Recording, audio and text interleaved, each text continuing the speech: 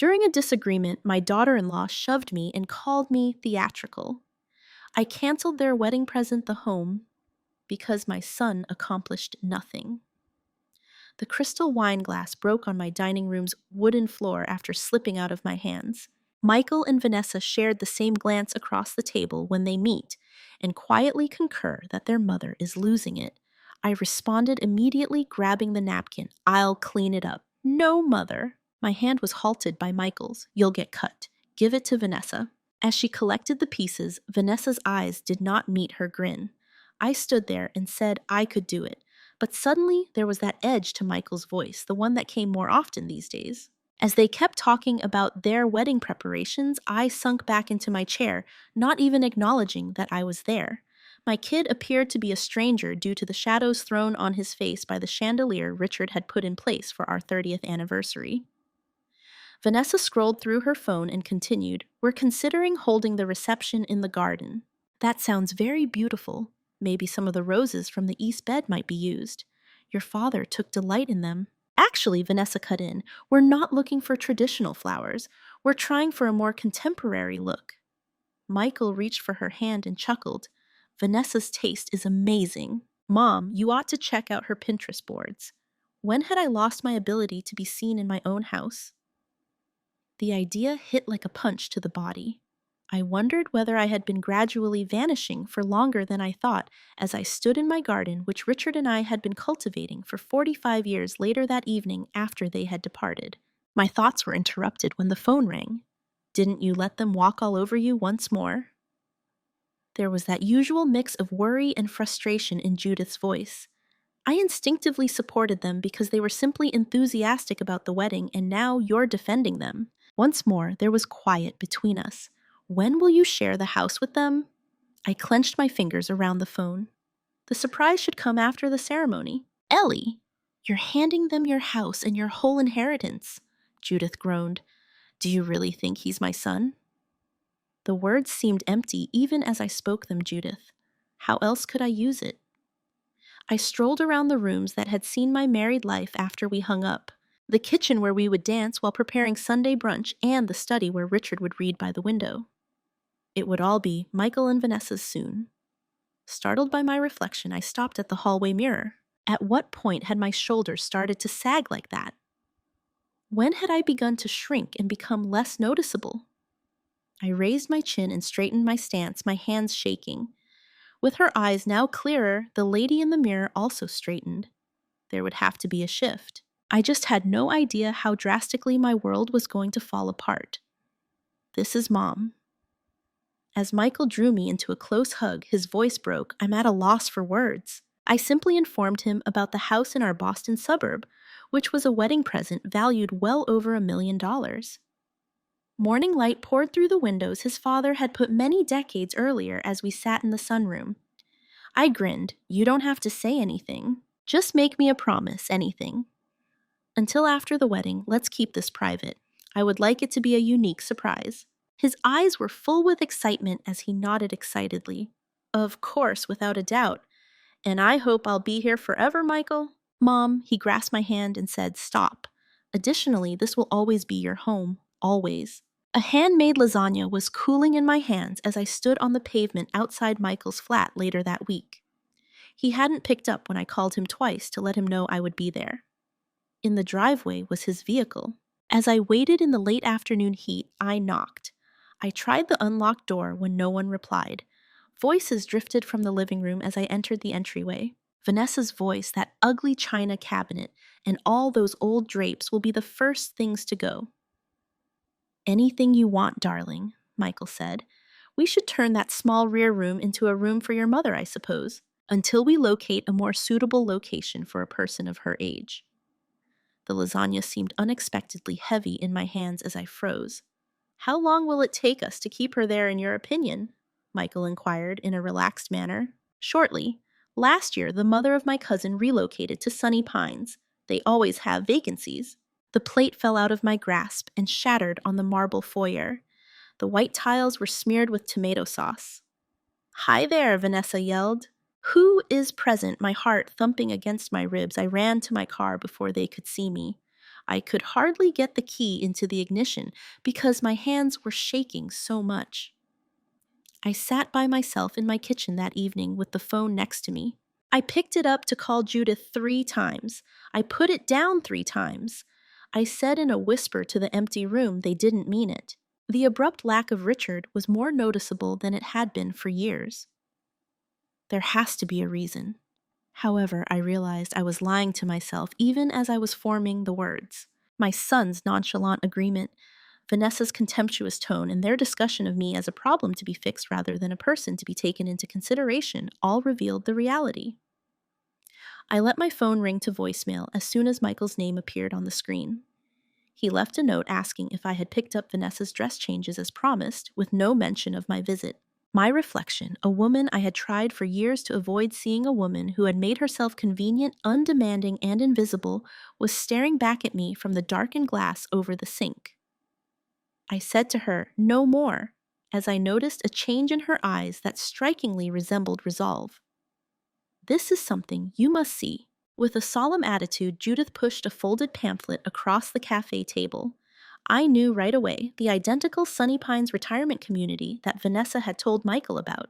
It had a floor design with a tiny unit outlined in red monthly cost calculations and handwritten comments in the margins. "Where did you purchase this?" Even I could hear the distance in my voice. Margaret's office is occupied by her daughter. Last week she witnessed Michael and Vanessa on a tour of the facility. Ellie, they made a deposit. Around me, the buzz in the cafe turned to white noise. I sipped my drink cautiously, trying not to shake my hand. I made the feeble suggestion that maybe they're just considering their alternatives. Judith's eyes narrowed for the future. 2 weeks following the wedding, they set a move-in date for the following month. A last icy feeling landed in my chest. "You've always been correct." She reached for my hand and said, "I don't enjoy it." "What are you going to do?" A text from my old English department colleague, Catherine Mills, rang my phone before I could respond. After years of intermittent communication, we had finally gotten back in touch. I gathered my handbag and replied, "I have to check something first." "Are you going to accompany me to Michael's? Years ago, he had given me a key for emergencies. Before today, I had never used it." As anticipated, Michael's unit was deserted. He was at a cake taste across town with Vanessa. While Judith stood guard, I headed straight to his home office. I paused in front of his laptop and muttered, "This feels wrong." Judith said, "What they're doing is wrong. You are entitled to know." Richard's password, which he had been using since college, was his birth date, and I typed it in. Finding what I was searching for, a thread about me between Michael and Vanessa, took only a few minutes. Vanessa had wrote, "We just have to get through the wedding. We can persuade her to buy Sunny Pines after we own the house. In any case, she is becoming forgetful." My blood ran cold at Michael's reaction. Mom has total faith in me. She will follow my instructions. In addition, her assets allow her to purchase the premium package. As I continued to read, I came upon a thorough financial accounting that I had sent to Michael following Richard's passing, since I thought he should be aware of it in case I passed away. Before he sent me off to a facility, he was now utilizing it to determine just how much they could extract. "Oh, Eleanor," Judith read over my shoulder and murmured. With trembling hands, I shut off the laptop. "Come on." The cold that had taken hold of my heart was ridiculed by the springtime light outside. We returned in quiet to my house, which I had all but given away to those who viewed me as a resource to be used up and then thrown away. Now we were sitting in my driveway when Judith inquired. I gazed at the home that Richard and I had occupied for 40 years. Pruning the rose plants was necessary. It was time to paint the porch. "Now," I murmured, feeling a peculiar sense of peace. "I have to call someone." I grabbed my phone and phoned a number I had seen online earlier in the day. The office of Daniel Peterson. "How can I assist you?" "Eleanor Thompson is this person. Daniel and I need to talk about my estate and property."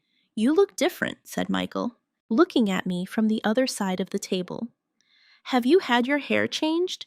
Touching the gentle waves my hairdresser had recommended, I answered, "Just trying something new." Vanessa's eyes sharpened as she scrutinized me. "It's young, Their wedding is in 10 days. As I served Richard's favorite roast dish, which I had made, the air crackled with unsaid tension. I started cautiously refilling their wine cups, wondering about the future. Michael's fork hesitated halfway to his lips as he considered my position in this house once you two are married. How about it, I simply want to confirm that I will always be accepted here. With a crisp click, Vanessa put down her glass. You can't really expect to stay with us forever, Eleanor. Vanessa, Michael began. No, Michael, we must be truthful. Her grin was weak as she turned to face me. We adore you, Eleanor, but new couples need time alone. Naturally, I said in a kind tone. I was simply wondering whether you informed her that I'm giving you the house. Vanessa's voice rose as she swung at Michael. Without looking into her eyes, he whispered. It slipped out. I understand. I sipped my water purposefully. You are both aware of my wedding present, then. We are very appreciative, Mom. Michael spoke quickly. Then, you might be able to explain something. I pulled the Sunny Pines brochure out of my pocket. 2 weeks after the wedding, why do you want to place me into assisted living? Michael's face lost their color. Vanessa's gaze shifted calculatingly between my face and the pamphlet. Where did you purchase that? She made a demand. Is it important? Is it accurate? Michael was the first to recover. It isn't what you think. Mom, your emails were reviewed by me. My heart thundered, but I cut in my voice firm, about how I fully trust you and will follow your instructions. You read all of my private letters. Michael's voice became outraged. I said, you calculated how to take advantage of my money. Vanessa's chair scraped the floor as she jerked to her feet. This is absurd. We were looking at your future care possibilities. The elderly woman's face twisted as I recited a quotation from memory about how long you'd have to put up with her. Everything is being twisted by you. Her palm slapped into the table. We must have these discussions for this reason. You're starting to get paranoid. I'm not forgetful or paranoid. She was playing detective and spying on us when she made the crazy motion. Look at you. Please, Vanessa, Michael said, grabbing her arm. She brushed him aside and moved in my direction. You've always been manipulative and have used the house to exert control on Michael. Enough, I murmured, getting up to greet her. Abruptly, her hand reached out and touched my shoulder. The force knocked me backward. I was trying to get my equilibrium back when my hip slammed into the sideboard's edge. Mom. When Michael did move, it was away from me. He took Vanessa by the elbow. Now let's go. Michael! Keeping my hand on the sideboard, I murmured, Do you not intend to speak? With his back to me, he stopped at the doorway. You ought not to have seen my emails. Then they vanished. Behind them, the front door slammed. With the delicious supper on the table now cold, I slipped gently into my chair. Michael's message chimed on my phone. Vanessa is anxious about the wedding, Mom. She didn't mean such things, I'm sure. Don't make things more complicated just yet, please. No mention of the push. No inquiry as to whether I was harmed. I felt my hip, which was already sore from what would undoubtedly turn into a bruise. The actual anguish, however, was in the void left by my heart. Dust particles swirled in the air as morning light poured through the curtains of my bedroom. Where Vanessa had shoved me, my hip ached. The physical discomfort was tolerable. It wasn't betrayal. A message from Michael rang on my phone. I apologize for Vanessa's actions, but you truly agitated her. I hope you're still thinking about opening the house to us. I went over it twice, looking for any sign of real worry. I put the phone down and went to the window, but there were none. Richard planted a maple tree when we first moved here, and 2 cardinals fluttered among its branches outside. He had referred to it as our legacy tree. How would you respond, Richard, to the empty room? I muttered. The answer was in the stunning clarity of my own ideas, not in his words. I would never have been treated this way by someone Richard would have permitted, not even our son. I took a shower and dressed carefully, selecting a blue shirt that Richard usually remarked went well with my eyes. I then called 3 times. First, I showed Michael's message to Judith, who turned up within an hour, her face clenched in rage. She raged, "That's not an apology. Gaslighting is what that is." Now I see that. It was like letting out a breath I had been holding for years after making the revelation. I need your assistance. Sandra Williams, the estate lawyer Judith suggested, received the second call. That afternoon, we made an appointment. Catherine Mills, who now teaches a senior painting course at the community center, received the third call. She told me there was still space in the class.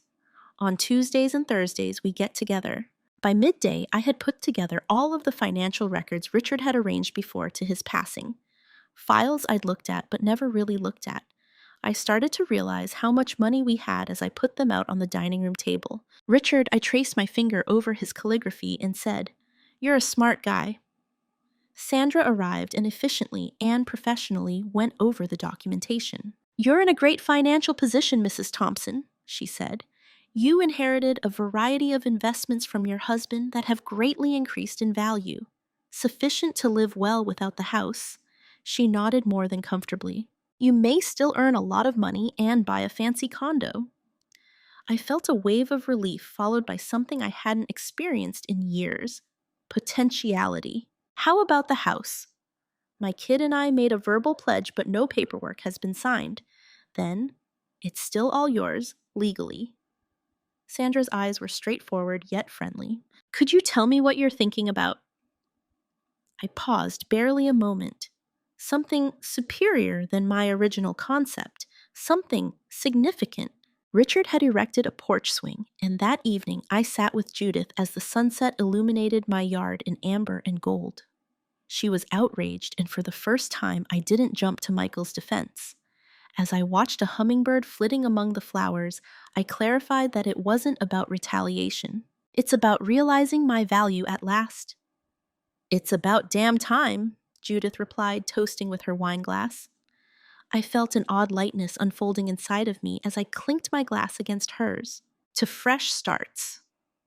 The scent of potential and turpentine filled the painting studio. Tall windows let in the afternoon light. Vibrant canvases in different phases of development. Catherine gave me a warm welcome and introduced me to the class as one of the smartest people I had ever taught. I looked at the blank canvas in front of me and admitted that I hadn't painted since college. She reassured me that the technique returns like riding a bicycle. She was correct. My initial brushstrokes were tentative, but eventually my muscle memory came back. I had created a basic landscape painting by the conclusion of the session that depicted the scene outside my kitchen window. "This has a genuine emotion," Catherine said. "Haven't you been keeping a lot to yourself?" Michael made his first phone call after the altercation that evening. 5 days of quiet punctuated by light chat as though nothing had occurred. "You've been difficult to get in touch with recently, Mom." I answered, cleaning my brushes in the kitchen sink. "I've been busy." With what, in addition to dealing with financial consultants regarding my investments, I've resumed painting. Investing. His tone became piercing. "Which investments? Your father left me plenty of money. I'm learning how to effectively handle everything." A pause. "That's fantastic. Pay attention." Regarding the home. That will be discussed after the wedding. I cut in with ease. How far along are the preparations? The following week was filled with a lot of activities. I met with Sandra to create new estate agreements after touring 3 opulent residences close to the university district and depositing money on my preference. I also went to a fancy salon, and when I came out, I had a chic haircut that highlighted my cheekbones and framed my face. When I later saw Judith for lunch, she said, "I scarcely recognize you." I became aware of the need of transitional housing for older women experiencing familial alienation through Caroline Turner, a former student who currently manages a foundation for women in need. We spoke about potential uses for a property like mine for hours. "Are you interested in joining our advisory board?" Caroline inquired. "Your viewpoint would be very helpful." I was in my closet 2 days prior to the wedding trying to decide what to wear to the rehearsal dinner. I bought a dark blue dress for my final anniversary with Richard, but I never wore it after he passed away. To my astonishment, it still fit well when I put it on. No longer unseen, the lady in the mirror appeared poised, graceful, and unmistakably present. Michael texted me and my phone buzzed. "Please don't bring up the house problem at tomorrow's rehearsal dinner, which is at 7 o'clock. I typed a brief response while grinning at my mirror, eagerly awaiting its response. What waiting for Michael after the honeymoon was exactly what he didn't know and couldn't have imagined. I no longer felt anxious when I thought about it.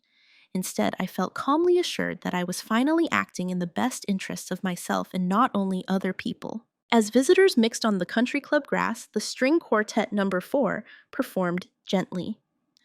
I received admiring looks from those who hadn't seen me since Richard's burial because of my midnight blue clothing. I walked confidently through the crowd, chatting to old friends with ease. Eleanor Thompson, I nearly didn't know who you were. Margaret Williams gave me a big hug. You look stunning. Michael observed me from the other side of the garden, clearly confused. This poised lady who commands attention without seeking, it had taken the place of the mother he knew, unassuming, accommodating, and almost invisible. During cocktail hour, Vanessa appeared at my elbow, her arm entwined with mine, her grin brittle. Eleanor. You look so strange. I adore the way you styled your hair. A new beginning, I said sweetly.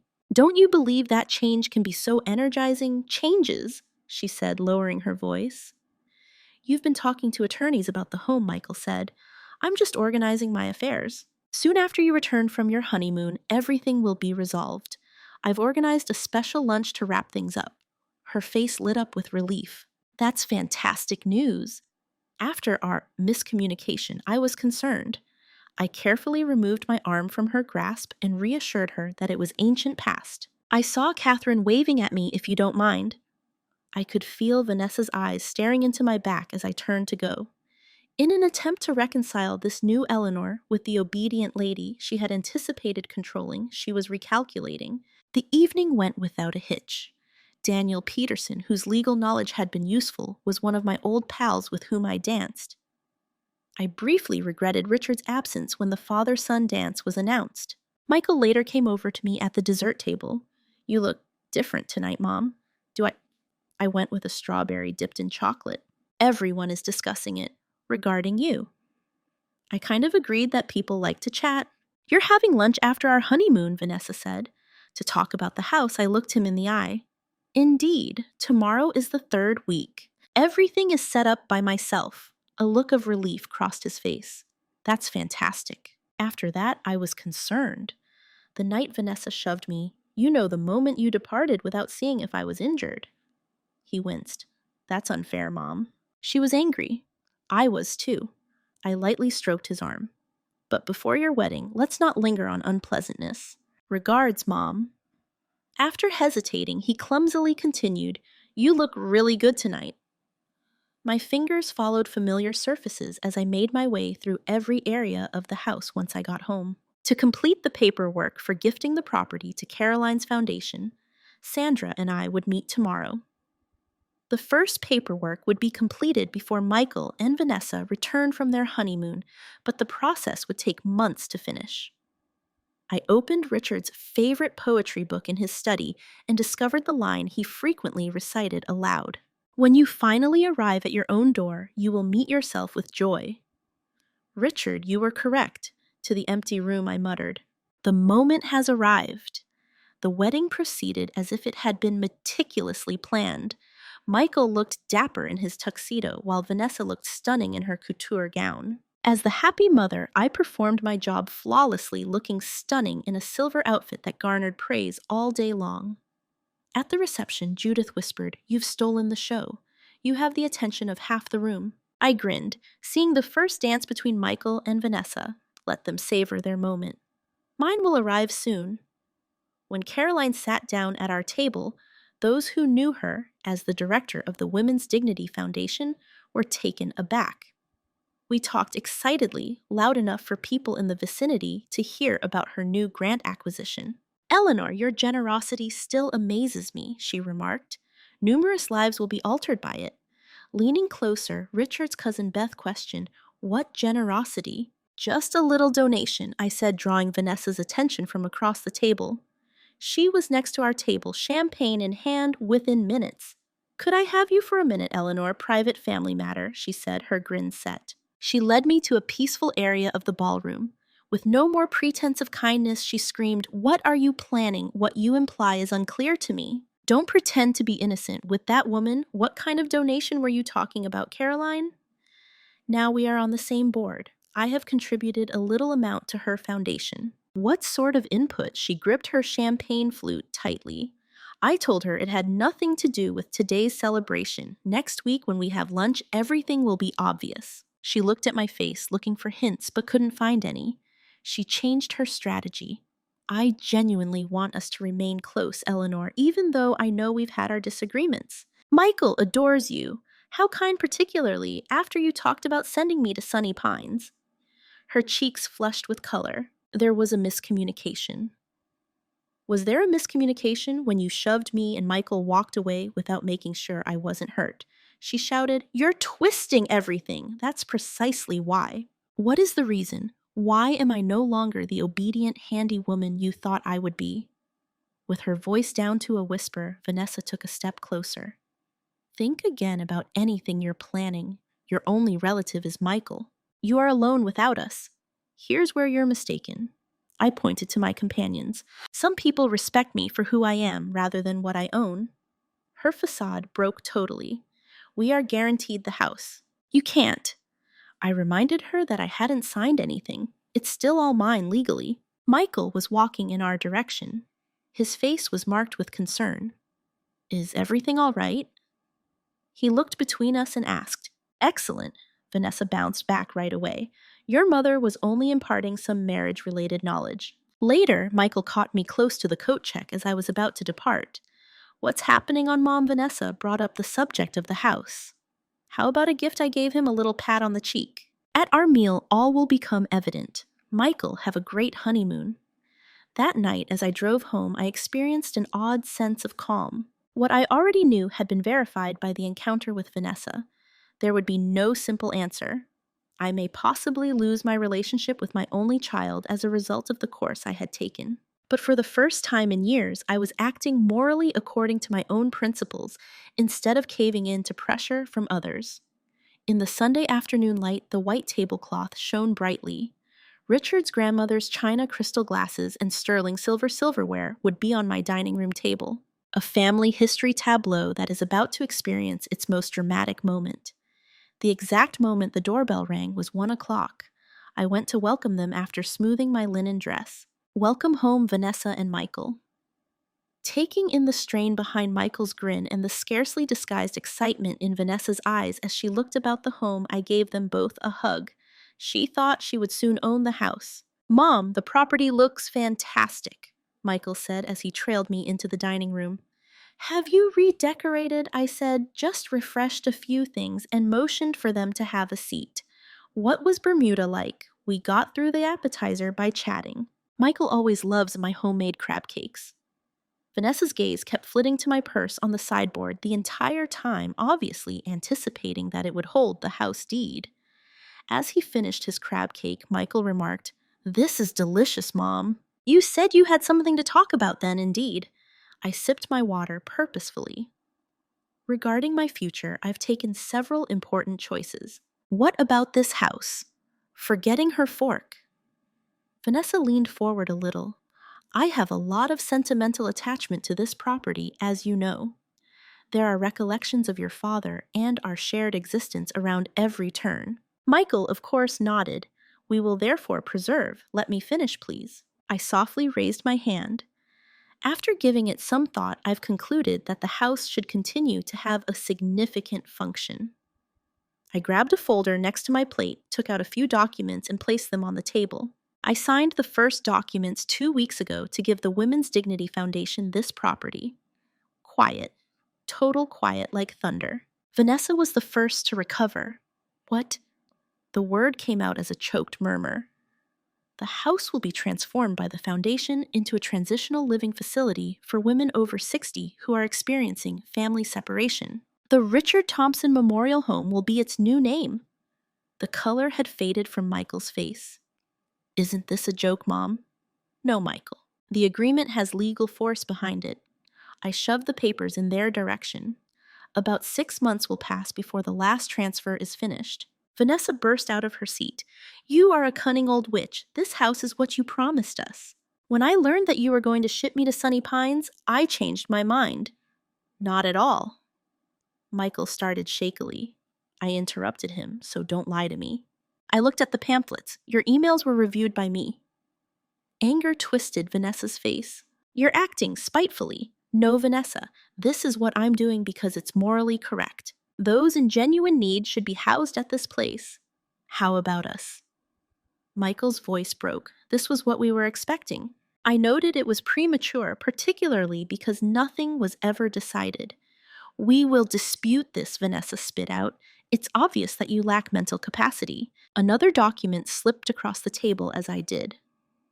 Last month, I had a thorough psychological assessment. I'm in wonderful mental health. Michael looked at me as though he had never seen me before. Where are you going to reside? I bought a condo close to the campus. Next week, I'll be moving in. How much money? Vanessa insisted. I told Michael, your father left me very well provided for. If you had ever inquired about my well-being instead of my possessions, you may have learned something. Face flushed with rage, Vanessa reached for her handbag. I refuse to sit here and take offense. Hold on, Vanessa. She rushed to the front door and Michael yelled after her. Will you be attending? She made a demand. He paused and glanced between us, obviously conflicted. Go, I whispered. She is now your wife and your top concern. My phone kept ringing that night with calls from Michael, so I put them on voicemail. Desperate appeals replaced furious accusations in his communications. The last one came through around midnight. Please, Mom, our financial situation is dire. We must speak. I put the phone down and looked out at the garden under the moonlight. His treachery still hurt, but it no longer defined who I was. The following 3 months played out like a difficult game of chess. Michael and Vanessa began their effort to overturn my judgment, as was to be expected, with vague threats of legal action. During our weekly meeting, Sandra reassured me that they have no grounds. Those paths have been essentially blocked by the psychological assessments and recorded data. Vanessa turned to more subtle strategies once legal intimidation failed. There were rumors that I was becoming mentally ill. She even went up to Richard's brother and tried to get him to step in. Vanessa was surprised by the network I had established. Friends, former coworkers, and students came together in support of me, refuting her story with their own accounts of how Michael and Vanessa treated me over the years. In the meantime, I kept taking painting lessons from Catherine and became a member of Caroline's Foundation's advisory board, where my academic expertise helped with grant writing. Despite being smaller than my previous residence, my new condominium turned into a sanctuary stocked with items that were important to me. I could see how the seasons changed in the tiny park that was visible from the floor-to-ceiling windows. My doorbell rang on a cool autumn afternoon 6 months after the lunchtime altercation. In the hallway, Michael was by himself. He appeared thinner than I had recalled, with black bags under his eyes. With a lack of confidence in his voice, he inquired, "May I come in?" I moved out of the way and showed him my living room where my most recent paintings were displayed. "You did these?" he inquired, seeming genuinely shocked. "Yes, I did." His hands were clutched between his knees as he sat heavily on the sofa. "Vanessa has returned to Chicago. We're splitting up." I took in this information in silence. He went on to say that the financial strain was too great. "We had used all of our resources to acquire your home." He drifted off, shaking his head when that failed. Everything fell apart. "I truly meant it when I stated I was sorry for your suffering. Are you—" His eyes were red-rimmed as he looked up. "After our intended treatment of you," he nodded slowly, "your actions deeply hurt me, Michael, but I never wanted to see you suffer. In an attempt to comprehend why I was prepared to betray my own mother, I have begun therapy." Then he laughed bitterly. "It appears that I have some significant problems to resolve." "We all do," I said softly. "The house," he said tentatively. "Is it actually turning into a shelter?" I verified that it was the Richard Thompson Memorial Home. "Next month the improvements will start." His eyes welled with tears. Dad would have been pleased. He would have, really. The burden of all that had transpired hung between us as we sat in quiet for a few minutes. Finally, he continued, "I don't expect forgiveness, but, Mom, I apologize. I'm very sorry. I think you're real." I looked at his face. "My son, a stranger, though, it may take time to forgive. It will take longer to trust." He accepted this by nodding. Is there any chance we might get coffee together? Begin modestly, I felt something loosen up inside of me. Not total forgiveness, but maybe the first step toward it. That would be nice. Caroline organized a fundraiser art show that weekend that included pieces by women over 60. I had 2 paintings on show, one of which was a landscape of the garden I would soon be leaving. Both sold before the evening was out, which surprised me. I started going to the house frequently to supervise the remodeling plans as fall turned into winter. Every time I walked away with greater confidence in my choice. The rooms that had seen me go would soon serve as a haven for women taking back control of their own lives. Every few weeks, Michael and I got together for coffee. It was difficult at first, but eventually became more comfortable. In contrast to his prior role, he had accepted a position with a nonprofit housing group. He acknowledged that it paid less. I do, however, sleep better. I was discovering that transformation may take many different forms, sometimes involving calm, everyday decisions, and other times involving dramatic confrontation. I stood on the front porch of the house where I used to live, watching Caroline cut the ceremonial ribbon that was stretched across the entryway a year after I had first shared my intentions for the property at that fateful lunch. The crowd community, members, foundation supporters, and the first residents who would move in the next week all erupted in applause. Caroline's voice carried across the courtyard, where chairs had been set up for the dedication ceremony, and she said, "I declare the Richard Thompson Memorial Home officially open." As the moment was photographed, Judith gripped my hand. While maintaining the charm of the house, the inside has been changed by the restorations. The community kitchen had replaced the formal dining room. The master bedroom was now used as a therapy area. With materials on legal rights and financial literacy now lining its shelves, the library stayed mostly unaltered. The sunroom, which is now an art studio where I would give weekly painting lessons to residents, held the most significance for me. In the most surprising way, my life had completely circled back. I saw a familiar face hovering back at the fringe of the crowd as people explored the facility. Michael carried a little wrapped box, his expression apprehensive yet resolute. When I came up to him, he remarked, "I wasn't sure if I should come. I was a little surprised to learn that you did, and I'm delighted you did." Over the preceding year, our relationship had gradually improved, not to its previous state, but to one that may be healthier. His treatment had uncovered childhood habits, and my own counseling experience had made it clearer to me how I contributed to his entitlement complex. He offered the item and stated, "I brought something for the house." It included a framed picture of Richard tending to his favorite flowers in his yard, grinning. Michael clarified the entrance so that everyone who enters may understand which spirit is in charge of this location. My eyes stung with tears.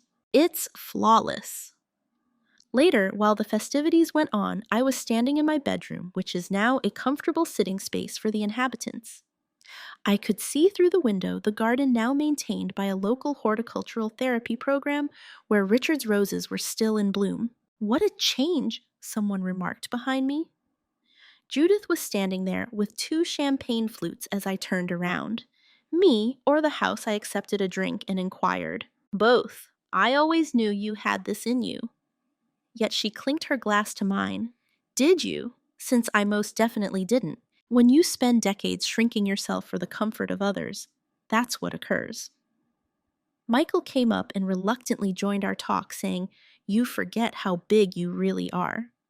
His method of making apologies not only to me but to all women who had been undervalued was to volunteer at the center once a week to assist residents with financial literacy. Carolyn called everyone together for a last toast as nightfall drew near and visitors started to leave. She raised her glass in honor of Eleanor Thompson, who taught us all that it's never too late to take back your voice, your purpose, and your power. People turned to face me, including Michael, who was standing politely at the rear of the room, as well as old and new acquaintances and ladies who would soon call this place home. I said, lifting my own glass, and to Richard, who always saw me clearly, even when I couldn't see myself. In the silence of my condominium later that evening, I stood in front of my most recent painting, a self-portrait that was unlike any I had ever created. In it, my demeanor was one of calm expectation as I stared off into the distance rather than at the observer. At Sub 7, I had finally realized that the biggest changes in life frequently occur when we least anticipate them. Not when we are young, but rather when we have the courage to face ourselves honestly and stand by our convictions. My rebirth had been sparked by the treachery that had almost destroyed me. I appreciate you listening. Remember to subscribe and feel free to leave a comment with your tale. Your voice counts.